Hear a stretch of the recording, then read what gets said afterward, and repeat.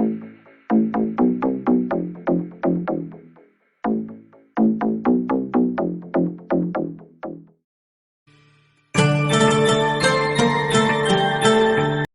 ക്ലാസ്സിലെ ഫിസിക്സ് എന്ന വിഷയമാണ് നമ്മൾ ഇന്നിവിടെ പഠിക്കാൻ പോകുന്നത്.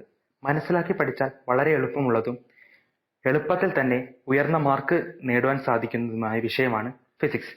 പത്താം ക്ലാസ്സിൽ ഫിസിക്സിലാകെ 7 ചാപ്റ്ററാണുള്ളത്. അതിൽ ഇഫക്റ്റ് ഓഫ് ഇലക്ട്രിക് കറൻസ് എന്ന ആദ്യത്തെ ചാപ്റ്ററാണ് നമ്മൾ ഇന്നിവിടെ പഠിക്കാൻ പോകുന്നത്. നമ്മളുടെ വീടുകളിൽ ധാരാളം തരത്തിലുള്ള ഇലക്ട്രിക് ഡിവൈസുകളുണ്ട്. ഇവയെല്ലാം തന്നെ ഒരു രീതിയിലുള്ള എനർജി ഫോമിനെ മറ്റൊരു രീതിയിലേക്ക് കൺവേർട്ട് ചെയ്യുകയാണ് ചെയ്യുന്നത്. ഉദാഹരണത്തിന് ഇലക്ട്രിക് ബൾബ്. ഇവ ഇലക്ട്രിക് എനർജിയെ ലൈറ്റ് എനർജി ആയിട്ട് കൺവേർട്ട് ചെയ്യുക. ഇതിനെക്കുറിച്ച് പറയുന്ന നിയമമാണ് law of conservation of energy. ഇത് പറയുന്നത് ഇങ്ങനെയാണ്: energy can neither be created nor be destroyed. It can only be converted from one form to another form. ഊർജം എന്നതിനെ ഉൽപ്പാദിപ്പിക്കാനോ നശിപ്പിക്കാനോ കഴിയില്ല. അതിനെ ഒരു രൂപത്തിൽ നിന്ന് മറ്റൊരു രൂപത്തിലേക്ക് മാറ്റുവാൻ വേണ്ടി മാത്രമേ കഴിയുകയുള്ളൂ. ഇതാണ് ലോ ഓഫ് എനർജി കൺസർവേഷൻ അല്ലെങ്കിൽ ഊർജ സംരക്ഷണ നിയമം. ഇതിനെ നമുക്കൊരു സർക്യൂട്ട് വെച്ച് അനലൈസ് ചെയ്യാം. ഇവിടെ ഒരു നിക്രോം വയറിനെ 6 വോൾട്ട് ബാറ്ററിയുമായി കണക്ട് ചെയ്തിരിക്കുന്നു. കൂടെ ഒരു സ്വിച്ചും പ്രൊവൈഡ് ചെയ്തിരിക്കുന്നു. ഈ സ്വിച്ച് ഓൺ ചെയ്യുമ്പോൾ 6 വോൾട്ട് ബാറ്ററിയിൽ നിന്നും നിക്രോം വയറിലേക്ക് വൈദ്യുതി പ്രവഹിക്കുന്നതാണ്. നിക്രോം വയർ വളരെയധികം റെസിസ്റ്റിവിറ്റി ഉള്ള ഒരു മെറ്റലാണ്. അതുകൊണ്ട് തന്നെ നിക്രോം വയർ പെട്ടെന്ന് തന്നെ ഹീറ്റ് ആവുകയും അത് ചുട്ടുപഴുത്ത് റെഡ് കളറായി മാറുകയും ചെയ്യുന്നത്. ഇവിടെ ഉണ്ടായിരിക്കുന്നത് ഒരു എനർജി മാറ്റമാണ്. ബാറ്ററിയിൽ നിന്നും പോയ ഇലക്ട്രിക് എനർജിയെ നിക്രോം വയറിന്റെ റെസിസ്റ്റിവിറ്റി മൂലം അത് ചുട്ടുപഴുത്ത് ഹീറ്റ് പ്രൊഡ്യൂസ് ചെയ്യുകയും ആ ഇലക്ട്രിക് എനർജിയെ ഹീറ്റ് എനർജിയായി കൺവേർട്ട് ചെയ്യുകയുമാണ് ഇവിടെ ചെയ്തിരിക്കുന്നത്. സർക്യൂട്ടിലൂടെ വൈദ്യുതി പ്രവഹിക്കുമ്പോൾ അവിടെ ഹീറ്റ് ഉണ്ടാകുന്നു. ഇത്തരത്തിൽ ഹീറ്റ് ഉണ്ടാകുന്ന പ്രോസസ്സിനെ പറയുന്ന പേരാണ് ജൂൾ ഹീറ്റിംഗ് അല്ലെങ്കിൽ ഓമിക് ഹീറ്റിംഗ്. ഹീറ്റിനെ കണ്ടുപിടിക്കാൻ നമ്മൾ ഉപയോഗിക്കുന്ന ലോ ആണ് Joule's law. James Prescott joule എന്ന ഇംഗ്ലീഷ് സയന്റിസ്റ്റ് ആണ് ജൂൾസ് ലോ ആവിഷ്കരിച്ചത്. ജൂൾസ് ലോ പറയുന്നത് ഇങ്ങനെയാണ്: The heat generated in a current carrying conductor is directly proportional to the product of square of current in the conductor, the resistance of the conductor and the time of flow of current. ഒരു കണ്ടക്ടറിൽ ഉണ്ടാകുന്ന heat എന്ന് പറയുന്നത് ആ കണ്ടക്ടറിലൂടെ കടന്നു പോകുന്ന കറന്റിന്റെ സ്ക്വയറിനും കണ്ടക്ടറിന്റെ റെസിസ്റ്റൻസിനും സമയത്തിനും നേർ അനുപാതത്തിലായിരിക്കും. H=I²RT. ഇവിടെ I എന്ന് പറയുന്നത് കണ്ടക്ടറിലൂടെ കടന്നു പോകുന്ന കറന്റും R എന്ന് പറയുന്നത് കണ്ടക്ടറിന്റെ റെസിസ്റ്റൻസും T എന്ന് പറയുന്നത് സമയവുമാണ്. ഹീറ്റിന്റെ യൂണിറ്റ് ജൂൾ ആണ്. റെസിസ്റ്റൻസിനെ നമുക്ക് 2 രീതിയിൽ സർക്യൂട്ടിൽ കണക്ട് ചെയ്യാവുന്നതാണ്. ഒന്ന് സീരീസ് കണക്ഷൻ അല്ലെങ്കിൽ ശ്രേണി രീതി. രണ്ടാമത്തേത് പാരലൽ കണക്ഷൻ അല്ലെങ്കിൽ സമാന്തര രീതി. ഈ 2 രീതിയിലുള്ള കണക്ഷനും സർക്യൂട്ടിൽ ഉണ്ടാകുന്നത് വ്യത്യസ്ത രീതിയിലുള്ള എഫക്റ്റുകളായിരിക്കും. Series connection. 2 റെസിസ്റ്റൻസ് അത് ഒന്നിന് ശേഷം മറ്റൊന്നായി കണക്ട് ചെയ്തിരിക്കുന്ന രീതിയാണ് സീരീസ് കണക്ഷൻ. ഇവിടെ 2 റെസിസ്റ്റൻസിനെ R1 എന്നും R2 എന്നും നമുക്ക് സൂചിപ്പിക്കാം. ഈ സർക്യൂട്ടിലൂടെ കടന്നു പോകുന്ന കറന്റ് എന്ന് പറയുന്നത് I ആണ്. R1നും R2നും ഇടയ്ക്കുള്ള പൊട്ടൻഷ്യൽ ഡിഫറൻസ് എന്ന് പറയുന്നത് വ്യത്യസ്തമായിരിക്കും. കാരണം അവിടെ വോൾട്ടേജ് ഡിവൈഡ് ചെയ്യപ്പെടുന്നു. അതിനെ നമുക്ക് V1 എന്നും V2 എന്നും എടുക്കാം. ഓംസ് ലോ പ്രകാരം V=IR ആണ്. ഇവിടെ R1ന് അക്രോസ് ആയിട്ടുള്ള പൊട്ടൻഷ്യൽ ഡിഫറൻസ് എന്ന് പറയുന്നത് V1 ആണ്. അതിനാൽ തന്നെ V1=IR1 ഉം R2ന് അക്രോസ് ഉള്ള പൊട്ടൻഷ്യൽ ഡിഫറൻസ് എന്ന് പറയുന്നത് V2 ആണ്. അതിനാൽ V2=IR2 എന്നുമാകുന്നു. റെസിസ്റ്റൻസിലുള്ള കറണ്ട് തുല്യമായതിനാൽ തന്നെ ഇവിടെ എഫക്റ്റീവ് റെസിസ്റ്റൻസ് അല്ലെങ്കിൽ സഫല പ്രതിരോധം കണ്ടുപിടിക്കാൻ ഉപയോഗിക്കുന്നത് R=R1+R2 ആണ്. 2 റെസിസ്റ്റൻസിന്റെ പ്രതിരോധങ്ങളുടെ തുകയാണ് എഫക്റ്റീവ് റെസിസ്റ്റൻസ്. അടുത്തതായി സമാന്തര കണക്ഷൻ അല്ലെങ്കിൽ പാരലൽ കണക്ഷൻ. പേര് സൂചിപ്പിക്കുന്നത് പോലെ ഇവിടെ 2 റെസിസ്റ്റൻസിനെ പാരലലായി വെച്ചിരിക്കുന്നു. ഇതിലൂടെ കടന്നു പോകുന്ന കറന്റ് I1 I2 എന്ന് ഡിവൈഡ് ചെയ്തു പോകുന്നു. എന്നാൽ 2 റെസിസ്റ്റൻസിനും അക്രോസ് ഉള്ള പൊട്ടൻഷ്യൽ ഡിഫറൻസ് തുല്യമായിരിക്കും. ഇത് V എന്നും എടുക്കുന്നു. പാരലൽ കണക്ഷനിൽ എഫക്റ്റീവ് റെസിസ്റ്റൻസ് അല്ലെങ്കിൽ സഫല പ്രതിരോധം കണ്ടുപിടിക്കാൻ വേണ്ടി 1/R=1/R1+1/R2 എന്ന ഇക്വേഷനാണ് നാം ഉപയോഗിക്കുന്നത്.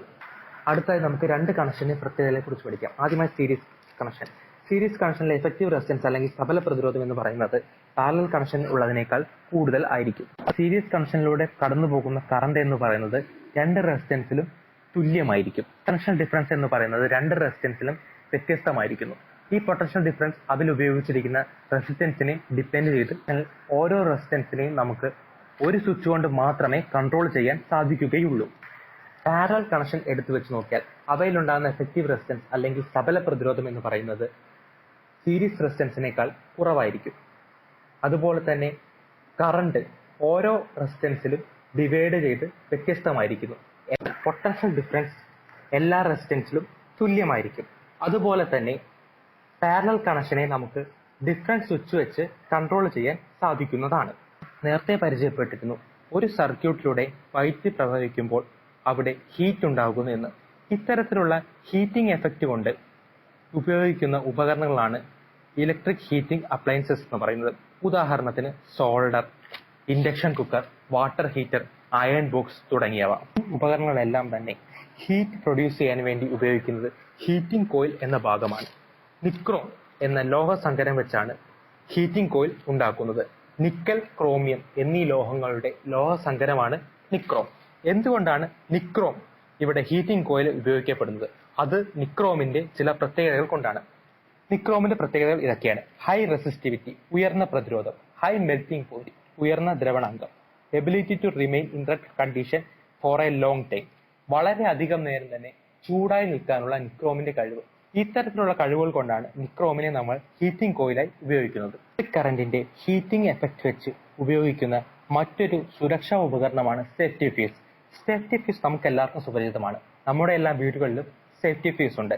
എങ്ങനെയാണ് സേഫ്റ്റി ഫ്യൂസ് പ്രവർത്തിക്കുന്നതെന്ന് നമുക്ക് നോക്കാം. സേഫ്റ്റി ഫ്യൂസിന്റെ പ്രധാനപ്പെട്ട ഭാഗം എന്ന് പറയുന്നത് ഫ്യൂസ് വയർ ആണ്.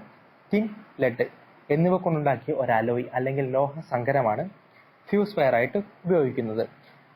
ഫ്യൂസ് വയറിന്റെ മെൽറ്റിംഗ് പോയിന്റ് വളരെ കുറഞ്ഞതായിരിക്കും. സേഫ്റ്റി ഫ്യൂസ് സർക്യൂട്ടിന്റെ തുടക്കത്തിൽ തന്നെ വെക്കുന്നു. അവ സീരീസ് ആയിട്ടാണ് കണക്ട് ചെയ്തിരിക്കുന്നത്. ഫ്യൂസ് വയറിലൂടെ വൈദ്യുതി കടന്നു പോകുമ്പോൾ ചെറിയ രീതിയിൽ ഹീറ്റ് ഉണ്ടാകുന്നു. അവ താരതമ്യേന ചെറുതായതിനാൽ അവ അപ്പോൾ തന്നെ ചുറ്റുപാടിലേക്കും ട്രാൻസ്മിറ്റ് ചെയ്യുന്നു. എന്നാൽ വളരെ ഉയർന്ന അളവിൽ കറണ്ട് ഉൽപ്പാദിപ്പിക്കപ്പെടുമ്പോൾ വളരെ ഉയർന്ന രീതിയിൽ തന്നെ ഹീറ്റും ഉണ്ടാകുന്നു. ഇത് താരതമ്യേന മെൽറ്റിംഗ് പോയിന്റ് കുറവായ ഫ്യൂസ് വയർ ഉരുകാൻ കാരണമാകുന്നു. ഫ്യൂസ് വയർ ഉരുകിയത് മൂലം വൈദ്യുത ബന്ധം അപ്പോൾ തന്നെ വിച്ഛേദിക്കപ്പെടുകയും ചെയ്യുന്നു.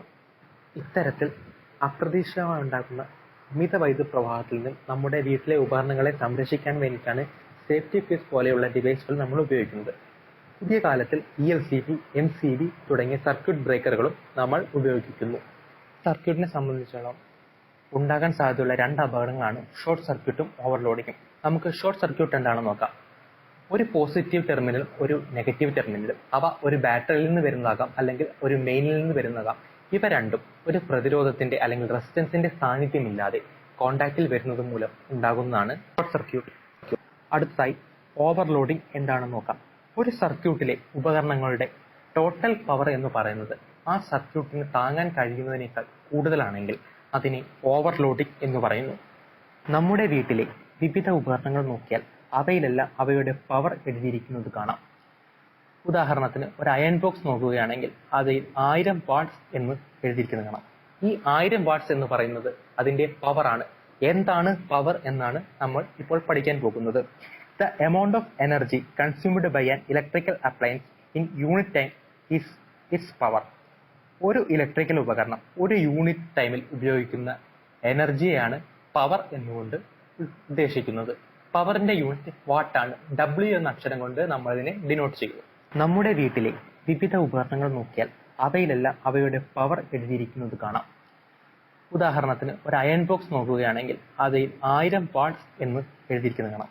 ഈ 1000 വാട്ട്സ് എന്ന് പറയുന്നത് അതിന്റെ പവർ ആണ് ഡിനോട്ട് ചെയ്യുന്നത്. വൈദ്യുത എനർജിയെ ഹീറ്റ് എനർജിയെ കൺവെർട്ട് ചെയ്യുന്ന ഉപകരണങ്ങളെ കുറിച്ചാണ് നമ്മൾ നേരത്തെ പഠിച്ചത്. ഇനി നമ്മൾ പഠിക്കാൻ പോകുന്നത് ഇലക്ട്രിക്കൽ എനർജിയെ ലൈറ്റ് എനർജി ആയിട്ട് കൺവെർട്ട് ചെയ്യുന്ന ഉപകരണങ്ങളാണ്. അവയാണ് നമ്മുടെ ബൾബുകൾ. ആദ്യമായി ഇൻകാൻഡസെന്റ് ലാമ്പുകളെ കുറിച്ച് പഠിക്കാം. ഇൻകാൻഡസെന്റ് ലാമ്പുകൾ എന്ന് പറയുന്നത് നമ്മുടെ സാധാ ഫിലമെന്റ് ലാമ്പ് തന്നെയാണ്. നമ്മുടെ വീടുകളിലൊക്കെ ഉപയോഗിക്കുന്ന സാധാരണ ഫിലമെന്റ് ബൾബ്.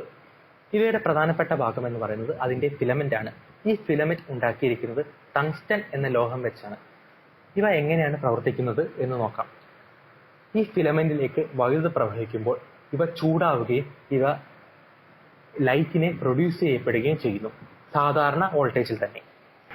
ഈ ടങ്സ്റ്റൺ ഫിലമെന്റിനെ ഒരു ഗ്ലാസ് കവർ കൊണ്ട് മൂടിയിരിക്കുന്നു. ഇവ ഇവാക്യുവേറ്റ് ചെയ്തിരിക്കുകയാണ്. ടങ്സ്റ്റൺ ഫിലമെന്റിന് ഓക്സിഡേഷൻ സംഭവിക്കാതിരിക്കാൻ വേണ്ടിയിട്ടാണ് ഇത്തരത്തിൽ ഇവാക്യുവേറ്റ് ചെയ്തിരിക്കുന്നത്. അതുപോലെ തന്നെ വേപ്പറൈസേഷൻ തടയാൻ വേണ്ടിയിട്ട് ആർഗൺ പോലുള്ള ഇനർട്ട് ഗ്യാസ് ഇതിലേക്ക് വളരെ ചെറിയ അളവിൽ നിറച്ചിരിക്കുന്നു. ആർഗണിന് പകരം ഇപ്പോൾ നൈട്രജനും ഉപയോഗിച്ചു വരുന്നു. നോർമൽ ടെമ്പറേച്ചറിൽ നൈട്രജൻ ഇനർട്ട് ഗ്യാസിനെ പോലെ തന്നെ പ്രവർത്തിക്കുന്നു. അതുപോലെ തന്നെ ചെറിയ രീതിയിലുള്ള ടെമ്പറേച്ചറിൽ ഉണ്ടാകുന്ന വ്യത്യാസം നൈട്രജൻ എക്സ്പാൻഡ് ചെയ്യാൻ കാരണമാകുന്നില്ല. അതുപോലെ നൈട്രജൻ നമുക്ക് ഈസിലി അവൈലബിൾ ആണ്. ഈ കാരണങ്ങൾ കൊണ്ടാണ് നൈട്രജൻ ഇനർട്ട് ഗ്യാസിന് പകരമായി ഇപ്പോൾ ഉപയോഗിക്കുന്നത്. എന്തുകൊണ്ടാണ് ടങ്സ്റ്റനെ ഫിലമെന്റായി ഉപയോഗിക്കാൻ കാരണമെന്ന് നോക്കാം. ഹൈ റെസിസ്റ്റിവിറ്റി, അവയുടെ ഉയർന്ന പ്രതിരോധം. ഹൈ മെൽറ്റിംഗ് പോയിന്റ്, അവയുടെ ഉയർന്ന ദ്രവണാങ്കം. ഹൈ ഡക്റ്റിലിറ്റി, അവയെ വലിച്ചു നീട്ടാനുള്ള കഴിവ്. ഇവയെ വലിച്ചു നീട്ടി നേർത്ത കമ്പികളാക്കാൻ സാധിക്കുന്നു. Ability to emit white light in the white hot condition, ചുട്ടുപഴുക്കുമ്പോൾ ധവളപ്രകാശം ഉൽപ്പാദിപ്പിക്കാനുള്ള ഇവയുടെ കഴിവ്. ഈ കാരണങ്ങൾ കൊണ്ടാണ് ടങ്സ്റ്റനെ നമ്മൾ ഫിലമെന്റ് ആയിട്ട് ഉപയോഗിക്കുന്നത്. എന്നാൽ മറ്റു ലാമ്പുകളെ അപേക്ഷിച്ച് ഇൻകാൻഡൻസ് ലാമ്പിന് എഫിഷ്യൻസി വളരെയധികം കുറവാണ്. അപ്ലൈ ചെയ്യപ്പെടുന്ന ഇലക്ട്രിക്കൽ എനർജിയിൽ ഭൂരിഭാഗവും ഹീറ്റായി നഷ്ടപ്പെടുന്നതാണ് ഇതിനു കാരണം. അടുത്തതായി നമ്മൾ ഡിസ്ചാർജ് ലാമ്പുകളെ കുറിച്ചാണ് പഠിക്കുന്നത്. സോഡിയം വേപ്പർ ലാമ്പ്, ആർക്ക് lamp, fluorescent lamp, CFL lamp തുടങ്ങിയവയാണ് ഡിസ്ചാർജ് ലാമ്പുകൾ. ഡിസ്ചാർജ് ലാമ്പിന്റെ പ്രധാനപ്പെട്ട ഭാഗം ഒരു ഗ്ലാസ് ട്യൂബാണ്. ഗ്ലാസ് ട്യൂബിന്റെ രണ്ടഗ്രത്തുമായി 2 ഇലക്ട്രോഡുകൾ ഘടിപ്പിച്ചിരിക്കുന്നു. ഗ്ലാസ് ട്യൂബിനുള്ളിൽ ഒരു ഗ്യാസ് നിറച്ചിരിക്കുന്നു. ഈ രണ്ടറ്റത്തുമുള്ള ഇലക്ട്രോഡുകൾക്കാണ് നമ്മൾ പൊട്ടൻഷ്യൽ ഡിഫറൻസ് നൽകുന്നത്. പൊട്ടൻഷ്യൽ ഡിഫറൻസ് ലഭിക്കുമ്പോൾ ഗ്യാസിനകത്തെ ആറ്റം അയോണീകരിക്കപ്പെടുകയും അവ വളരെ ഉയർന്ന ഊർജ്ജ നില കൈവരിക്കുകയും ചെയ്യുന്നു. ഇത്തരത്തിൽ ഉയർന്ന ഊർജ്ജ നിലയിലെത്തുന്ന ആറ്റങ്ങൾ അവയുടെ സ്ഥിരത നിലനിർത്താൻ വേണ്ടി സാധാരണ ഊർജ്ജ നിലയിലേക്ക് എത്താൻ ശ്രമിക്കുന്നു. ഇതിന്റെ ഭാഗമായി അവ എനർജി പുറത്തേക്ക് വിടുന്നു. ഇവ പുറത്തേക്ക് വിടുന്ന എനർജി ലൈറ്റിന്റെ രൂപത്തിലുള്ളതായിരിക്കും. അതായത് അവ പുറത്തേക്ക് വിടുന്നത് ലൈറ്റ് ആണ്. ഇത്തരത്തിലാണ് ഡിസ്ചാർജ് ലാമ്പുകൾ പ്രവർത്തിക്കുന്നത്. ഗ്ലാസ് ട്യൂബിൽ നിറച്ചിരിക്കുന്ന വാതകങ്ങൾക്കനുസരിച്ച് വ്യത്യസ്തങ്ങളായ നിറത്തിലുള്ള ഡിസ്ചാർജ് ലാമ്പുകൾ നിർമ്മിക്കപ്പെടുന്നു. അടുത്തതായി LED ബൾബുകളെ കുറിച്ചാണ് നമുക്ക് പഠിക്കാനുള്ളത്. LED ബൾബുകളുടെ പ്രവർത്തന രീതി നമുക്ക് പഠിക്കാനില്ല. പകരം അവയുടെ അഡ്വാൻറ്റേജസ് മാത്രം നമ്മൾ പഠിച്ചാൽ മതി. LED ബൾബ് എന്ന് പറയുന്നത് ഒരു ഡയോഡാണ്. LED full form light emitting ഡയോഡാണ്. അതായത് ലൈറ്റിനെ പുറത്തുവിടുന്ന ഒരു ഡയോഡാണ് LED ബൾബ്. നമ്മൾ സാധാരണയായി വീടുകളിൽ ഉപയോഗിക്കുന്നതും വളരെയധികം ഊർജ്ജക്ഷമതയുമുള്ള ബൾബുകളാണ് LED ബൾബുകൾ. LED ബൾബുകളിൽ ഫിലമെന്റ് ഉപയോഗിക്കുന്നില്ല. അതിനാൽ തന്നെ താപം മൂലമുള്ള ഊർജ്ജ നഷ്ടം LED ബൾബുകളിൽ ഉണ്ടാകുന്നില്ല. ഫ്ലൂറസൻ ലാമ്പുകളിൽ മെർക്കുറി ഉപയോഗിക്കുന്നു. ഉപയോഗശൂന്യമായ ഫ്ലൂറസൻ ലാമ്പുകളിലെ മെർക്കുറി മൂലം അത് പരിസ്ഥിതി മലിനീകരണത്തിന് കാരണമാകുന്നു. എന്നാൽ LED ബൾബുകളിൽ മെർക്കുറി ഉപയോഗിക്കുന്നില്ല. അതിനാൽ തന്നെ അവ ഇക്കോ ഫ്രണ്ട്ലി ആകുന്നു. വളരെ കുറഞ്ഞ ചെലവിലുള്ള ഊർജ്ജ നഷ്ടം പരിസ്ഥിതിക്ക് ഹാനികരം ആകുന്നില്ല. കൂടുതൽ കാലം നിലനിൽക്കുന്നു. ഇവയൊക്കെയാണ് LED ബൾബിന്റെ ഗുണമേന്മകൾ. പ്രധാനപ്പെട്ട ഭാഗങ്ങളെ കുറിച്ച് പഠിക്കാം. ആദ്യമായി ഒരു ബേസ് യൂണിറ്റ് E22 ബൾബിനെ ഹോൾഡറുമായി ബന്ധിപ്പിക്കുന്ന ലോഹഭാഗമാണിത്. അടുത്തതായി ഒരു ഹീറ്റ് സിങ്ക്, ബൾബിന്റെ ബേസ് യൂണിറ്റിനോട് ചേർന്ന് നിൽക്കുന്ന താപം ആഗിരണം ചെയ്യാനുള്ള സംവിധാനമാണ് ഹീറ്റ് സിങ്ക്. ഒരു ബേസ് പ്ലേറ്റ്, ഹോൾഡറിൽ ഉറപ്പിക്കുന്ന ലോഹ പ്ലേറ്റ് ആണിത്. ബാക്ക് കണ്ടക്ടർ സ്ക്രൂകൾ, LED ഡ്രൈവറിൽ നിന്നുള്ള വയറുകളെ ബേസ് യൂണിറ്റിൽ ഉറപ്പിക്കുന്നതിനുള്ള സ്ക്രൂകൾ. ഇത് ഒരു പവർ സപ്ലൈ ബോർഡ്, AC വൈദ്യുതിയെ DC ആക്കി ആവശ്യമായ ഔട്ട്പുട്ട് വോൾട്ടേജ് നൽകുകയാണ് ഇതിന്റെ ഡ്യൂട്ടി. അടുത്തായി ഒരു പ്രിന്റഡ് സർക്യൂട്ട് ബോർഡ്, LEDകൾ ഉറപ്പിച്ചിരിക്കുന്നത് ഈ ബോർഡിലാണ്. ഇതിൽ പോസിറ്റീവ് നെഗറ്റീവ് ടെർമിനൽ അടയാളപ്പെടുത്തിയിട്ടുണ്ടാകും. അടുത്തായി ഒരു ഡിഫ്യൂസർ കപ്പ്, ഇത് ബൾബിൽ നിന്നുള്ള പ്രകാശം പുറത്തു വരുന്ന ഭാഗമാണ്. നമുക്കിനി വിവിധ തരത്തിലുള്ള ഊർജ്ജ പരിവർത്തനം അല്ലെങ്കിൽ എനർജി കൺവെർഷനെ കുറിച്ച് പഠിക്കാം. ആദ്യമായി നമുക്കൊരു ഡൈനാമോ നോക്കാം. ഡൈനാമോ എന്ന് പറഞ്ഞാൽ പണ്ടത്തെ നമ്മുടെ സൈക്കിളിലൊക്കെ ഹെഡ്ലൈറ്റ് കത്തിക്കാൻ വേണ്ടി ഉപയോഗിക്കുന്ന ഒരു ഉപകരണമാണ്. ഈ ഡൈനാമോയുടെ ഒരു റൊട്ടേറ്റിംഗ് പാർട്ട് ഉണ്ട്. ഇത് നമ്മുടെ സൈക്കിളിന്റെ ടയറുമായിട്ട് കണക്ട് ചെയ്തിട്ടുണ്ടാകും. സൈക്കിൾ കറങ്ങുന്നതിനനുസരിച്ച് ഈ റൊട്ടേറ്റിംഗ് പാർട്ട് കറങ്ങുകയും അതിന്റെ ഫലമായി EMF ഉണ്ടാവുകയും ആ EMF ഉപയോഗിച്ച് സൈക്കിളിന്റെ ഹെഡ്ലൈറ്റ് കത്തുകയും ചെയ്യുന്നു. ഈ ഉപകരണമാണ് ഡൈനാമോ. ഇവിടെ കറങ്ങുമ്പോൾ ഉണ്ടായ യാന്ത്രികോർജ്ജത്തെയാണ് വൈദ്യോർജ്ജമാക്കി മാറ്റിയത്. അതിനാൽ തന്നെ ഇവിടെ ഉണ്ടായ ഊർജ്ജ പരിവർത്തനം യാന്ത്രികോർജ്ജത്തെ വൈദ്യോർജ്ജമാക്കി മാറ്റി എന്നതാണ്. അടുത്തായി ഒരു വൈദ്യുത ജനറേറ്റർ. വൈദ്യുത ജനറേറ്റർ കറങ്ങുമ്പോഴാണ് അവിടെ വൈദ്യുതി ഉൽപ്പാദിപ്പിക്കപ്പെടുന്നത്. അതിനാൽ തന്നെ മെക്കാനിക്കൽ എനർജി അല്ലെങ്കിൽ യാന്ത്രികോർജ്ജത്തെ വൈദ്യോർജ്ജമാക്കി മാറ്റുന്നു, അല്ലെങ്കിൽ ഇലക്ട്രിക്കൽ എനർജിയാക്കി മാറ്റുന്നു. ഫാനിന്റെ പ്രവർത്തനം നോക്കാം. സ്വിച്ച് ഇടുമ്പോഴാണ് ഫാൻ കറങ്ങുന്നത്. അതിനാൽ ഇവിടെയും ഇലക്ട്രിക്കൽ എനർജിയെ മെക്കാനിക്കൽ എനർജിയാക്കി മാറ്റുകയാണ് ചെയ്യുന്നത്. Iron box. ഇവിടെ സ്വിച്ച് ഇടുമ്പോൾ അയൺ ബോക്സ് ചൂടാകുന്നു. അതിനാൽ ഇലക്ട്രിക്കൽ എനർജിയെ ഹീറ്റ് എനർജിയാക്കി കൺവെർട്ട് ചെയ്യുകയാണ് ഇവിടെ ചെയ്യുന്നത്. ഒരു ഇലക്ട്രിക് ബൾബ് നോക്കിയാൽ ഇലക്ട്രിക് ബൾബ് പ്രകാശത്തെയാണ് പുറത്തുവിടുന്നത്. ഇവിടെ രണ്ട് രീതിയിലുള്ള എനർജി കൺവെർഷൻ ഉണ്ടാകുന്നുണ്ട്. കാരണം സാധാരണ ബൾബിൽ പ്രകാശത്തോടൊപ്പം തന്നെ താപവും ഉണ്ടാകുന്നു. അതിനാൽ ഇവിടെ ഇലക്ട്രിക് എനർജിയെ ലൈറ്റ് എനർജിയായും ഹീറ്റ് എനർജിയായും കൺവെർട്ട് ചെയ്യുന്നു. അടുത്ത ഒരു മൈക്രോഫോൺ നോക്കാം. മൈക്രോഫോൺ ശബ്ദോർജ്ജത്തെ ഇലക്ട്രിക്കൽ എനർജിയായി കൺവെർട്ട് ചെയ്യുന്നു. ലൗഡ് സ്പീക്കർ നോക്കിയാൽ നേരെ തിരിച്ചുള്ള പ്രവർത്തനമാണ്. ഇവിടെ ലൗഡ് സ്പീക്കർ ഇലക്ട്രിക്കൽ എനർജിയെ ശബ്ദോർജ്ജമാക്കി കൺവെർട്ട് ചെയ്യുന്നു. ഒരു മോട്ടർ, ഇലക്ട്രിക് മോട്ടർ വൈദ്യോർജ്ജത്തെ യാന്ത്രികോർജ്ജമാക്കി മാറ്റുന്നു. ആവിയന്ത്രം അല്ലെങ്കിൽ സ്റ്റീം എഞ്ചിൻ താപോർജ്ജത്തെ യാന്ത്രികോർജ്ജമാക്കി മാറ്റുന്നു. ഇലക്ട്രിക് ഹീറ്റർ വൈദ്യുതോർജ്ജത്തെ താപോർജ്ജമാക്കി മാറ്റുന്നു. ഇലക്ട്രിക് ബെൽ വൈദ്യുതോർജ്ജത്തെ ശബ്ദോർജ്ജമാക്കി മാറ്റുന്നു. നമുക്ക് ജൂൾസ് ലോയുടെ ഡെറിവേഷൻ പഠിക്കാം. ആദ്യം നമുക്ക് ഈ സർക്യൂട്ട് പഠിക്കാം. സർക്യൂട്ടിൽ ഒരു റെസിസ്റ്റൻസ് R ഉണ്ട്. Rന് അക്രോസ് ആയിട്ട് ഒരു വോൾട്ട്മീറ്റർ V കണക്ട് ചെയ്യുന്നു. അതുപോലെ തന്നെ Rന് സീരീസ് ആയിട്ട് ഒരു അമ്മീറ്റർ Aയും കണക്ട് ചെയ്യപ്പെടുന്നു. R ഒരു സ്വിച്ച് വഴി ഒരു സെല്ലുമായി കണക്ട് ചെയ്തിരിക്കുന്നു. ഇവിടെ വോൾട്ട്മീറ്റർ V എന്നുള്ളത് Rന് അക്രോസ് ആയിട്ടുള്ള വോൾട്ടേജ് രേഖപ്പെടുത്താനും A എന്നുള്ള അമ്മീറ്റർ സർക്യൂട്ടിലൂടെ കടന്നുപോകുന്ന കറണ്ട് രേഖപ്പെടുത്താനും ഉപയോഗിക്കുന്നു. ഇവിടെ നമ്മൾ റെസിസ്റ്റൻസ് ആയിട്ട് ഉപയോഗിക്കുന്നത് നിക്രോം ഫോയിലാണ്. കറണ്ടിനെ നമ്മൾ രേഖപ്പെടുത്തുന്നത് I എന്ന ലെറ്റർ വെച്ചാണ്. കറണ്ട് എന്ന് പറയുന്നത് ഒരു യൂണിറ്റ് സമയത്തിൽ കടന്നു പോകുന്ന ചാർജിനെയാണ് കറണ്ട് എന്ന് പറയുന്നത്. ഇവിടെ ചാർജിനെ Q എന്നും സമയത്തെ T എന്നും നമ്മൾ രേഖപ്പെടുത്തുന്നു. അതിനാൽ I = Q/T എന്നുള്ള ഒന്നാമത്തെ ഇക്വേഷൻ നമുക്ക് കിട്ടിയിരിക്കുന്നു. പവറിന്റെ ഇക്വേഷൻ ആണ് നമുക്ക് നോക്കേണ്ടത്. പവറിനെ നമ്മൾ നേരത്തെ പറഞ്ഞു P എന്ന ലെറ്റർ വെച്ചാണ് പവർ രേഖപ്പെടുത്തുന്നത്. പവർ എന്ന് പറയുന്നത് വർക്ക് ഡൺ ബൈ ടൈം ആണ്. അതിനാൽ P = W/T എന്ന ഇക്വേഷനും നമുക്ക് കിട്ടുന്നു.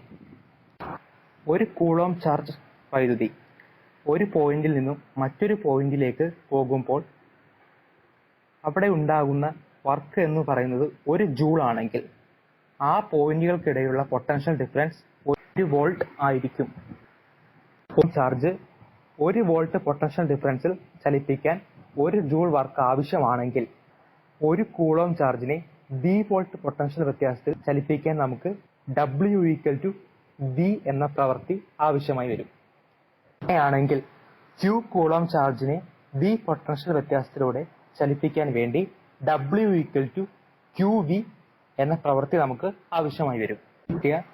W = QV എന്ന ഇക്വേഷനെ നമ്മൾ നേരത്തെ കിട്ടിയ T = W/T എന്ന ഇക്വേഷനിൽ സബ്സ്റ്റിറ്റ്യൂട്ട് ചെയ്യുന്നു.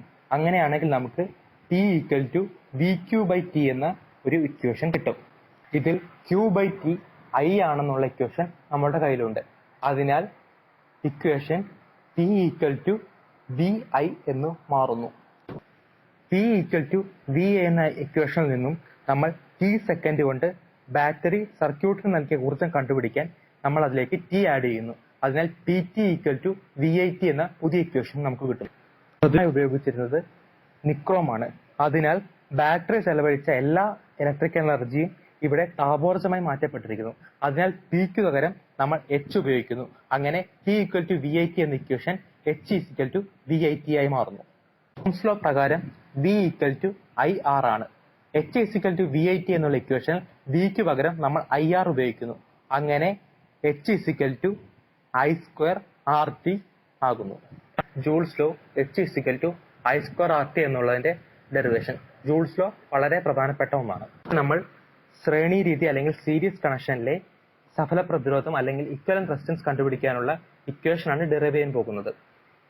ഇവിടെ 2 റെസിസ്റ്റൻസ് ഉണ്ട്, R1 ഉം R2. ഇവ രണ്ടും സീരീസ് ആയിട്ട് കണക്ട് ചെയ്തിരിക്കുന്നു.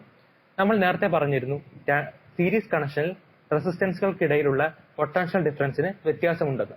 അതിനാൽ തന്നെ ടോട്ടൽ പൊട്ടൻഷ്യൽ ഡിഫറൻസ് V എന്ന് പറയുന്നത് V1 + V2 ആയിരിക്കും. V1 എന്ന് പറയുന്നത് റെസിസ്റ്റൻസ് R1ന് അക്രോസ് ആയിട്ടുള്ള പൊട്ടൻഷ്യലും V2 എന്ന് പറയുന്നത് റെസിസ്റ്റൻസ് R2ന് അക്രോസ് ആയിട്ടുള്ള പൊട്ടൻഷ്യലുമാണ്. ഓംസ് ലോ പ്രകാരം V = IR ആണ്. ഇവിടെ I എന്ന് പറയുന്ന കറന്റ്, സർക്യൂട്ടിലെ രണ്ട് റെസിസ്റ്റൻസിനും തുല്യമായിരിക്കും. അതിനാൽ I എന്ന് തന്നെ നമ്മൾ ഉപയോഗിക്കുന്നു.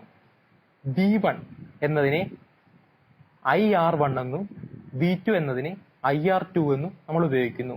നമ്മൾ ആദ്യം എഴുതിയ V = V1 + V2 എന്ന ഇക്വേഷനിൽ ഇത് അപ്ലൈ ചെയ്തു. അങ്ങനെ വരുമ്പോൾ V = IR1 + IR2 ആകുന്നു. ഇവിടെ V ക്ക് പകരം നമ്മൾ IR ഉപയോഗിക്കുന്നു. അങ്ങനെയാണെങ്കിൽ IR = IR1 + IR2. ഇതിൽ നിന്നും തുല്യമായിരിക്കുന്ന I യെ നമ്മൾ ഒഴിവാക്കിയാൽ R = R1 + R2 എന്ന് കിട്ടുന്നു. ഇതാണ് സീരീസ് കണക്ഷൻ അല്ലെങ്കിൽ ശ്രേണി രീതിയിലുള്ളതിന്റെ സബലപ്രതിരോധം അല്ലെങ്കിൽ R equivalent. R equivalent = R1 + R2 എന്ന അവസാന ഇക്വേഷൻ നമുക്ക് ഇവിടെ നിന്നും കിട്ടുന്നു. സമാന്തര രീതി അല്ലെങ്കിൽ പാരലൽ കണക്ഷന്റെ സബല പ്രതിരോധം അല്ലെങ്കിൽ R equivalent നമുക്ക് കണ്ടുപിടിക്കാം. ഇവിടെ രണ്ട് റെസിസ്റ്റൻസ് R1 ഉം R2 ഉം സമാന്തര രീതിയിൽ കണക്ട് ചെയ്തിരിക്കുന്നു. ഇവിടെ കറന്റ് I രണ്ട് ബ്രാഞ്ചുകളായി പിരിഞ്ഞു പോകുന്നതിനാൽ ഓരോ റെസിസ്റ്റൻസിലൂടെയുള്ള കറന്റ് വ്യത്യസ്തമായിരിക്കും.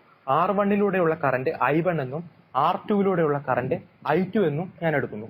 Total current I = I1 + I2 ആണ്. ഓംസ് ലോ പ്രകാരം I = V/R ആണ്. അത് ഞാനിവിടെ സബ്സ്റ്റിറ്റ്യൂട്ട് ചെയ്യുന്നു. അങ്ങനെ വരുമ്പോൾ V/R = V/R1 + V/R2 എന്ന് വരുന്നു. ഇതിനും തുല്യമായിട്ടുള്ള V യെ പുറത്തെടുത്ത് ക്യാൻസൽ ചെയ്യുമ്പോൾ 1/R = 1/R1 + 1/R2 എന്ന് കിട്ടുന്നു. ഇതാണ് സമാന്തര രീതിയിലുള്ള റെസിസ്റ്റൻസ് കണക്ഷന്റെ R equivalent അല്ലെങ്കിൽ സബല പ്രതിരോധം. നമുക്ക് വൈദ്യുത പവർ അല്ലെങ്കിൽ ഇലക്ട്രിക് പവറിന്റെ ഇക്വേഷൻസ് ഡിറൈവ് ചെയ്യുന്നത് പഠിക്കാം. P എന്ന് പറയുന്നത് വർക്ക് ഡൺ ബൈ ടൈം ആണ്, അതായത് W/T. ജൂൾ നിയമം അനുസരിച്ച് ഒരു സർക്യൂട്ടിൽ T സെക്കൻഡ് കൊണ്ട് ഉത്പാദിപ്പിക്കപ്പെടുന്ന താപം അഥവാ ചെയ്യപ്പെടുന്ന പ്രവൃത്തി എന്ന് പറയുന്നത് H ആണ്. അതിനാൽ P = H/T എന്ന് എഴുതുന്നു. ജൂൾസ് നിയമപ്രകാരം H = I²RT ആണ്. ഇവിടെ P = H/T യിൽ ഞാനിത് അപ്ലൈ ചെയ്യുന്നു. അങ്ങനെ P = I²RT/T ആകുന്നു. ഇവിടെ T യും T യും ക്യാൻസൽ ആയിപ്പോയി. P = I²R എന്ന് കിട്ടുന്നു. അനുസരിച്ച് I = V/R ആണ്. അത് ഞാൻ P = I²R ൽ സബ്സ്റ്റിറ്റ്യൂട്ട് ചെയ്ത് കൊടുക്കുകയും അവിടെ P = V²/R എന്ന പുതിയ ഇക്വേഷൻ കിട്ടുകയും ചെയ്യുന്നു. ഓംസ് ലോ പ്രകാരം R = V/I ആണ്.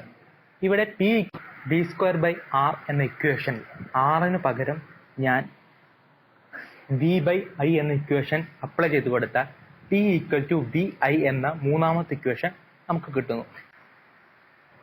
ഇവിടെ നമുക്ക് P ക്ക് 3 ഇക്വേഷൻ കിട്ടി. P = I²R, P = V²/R, P = VI.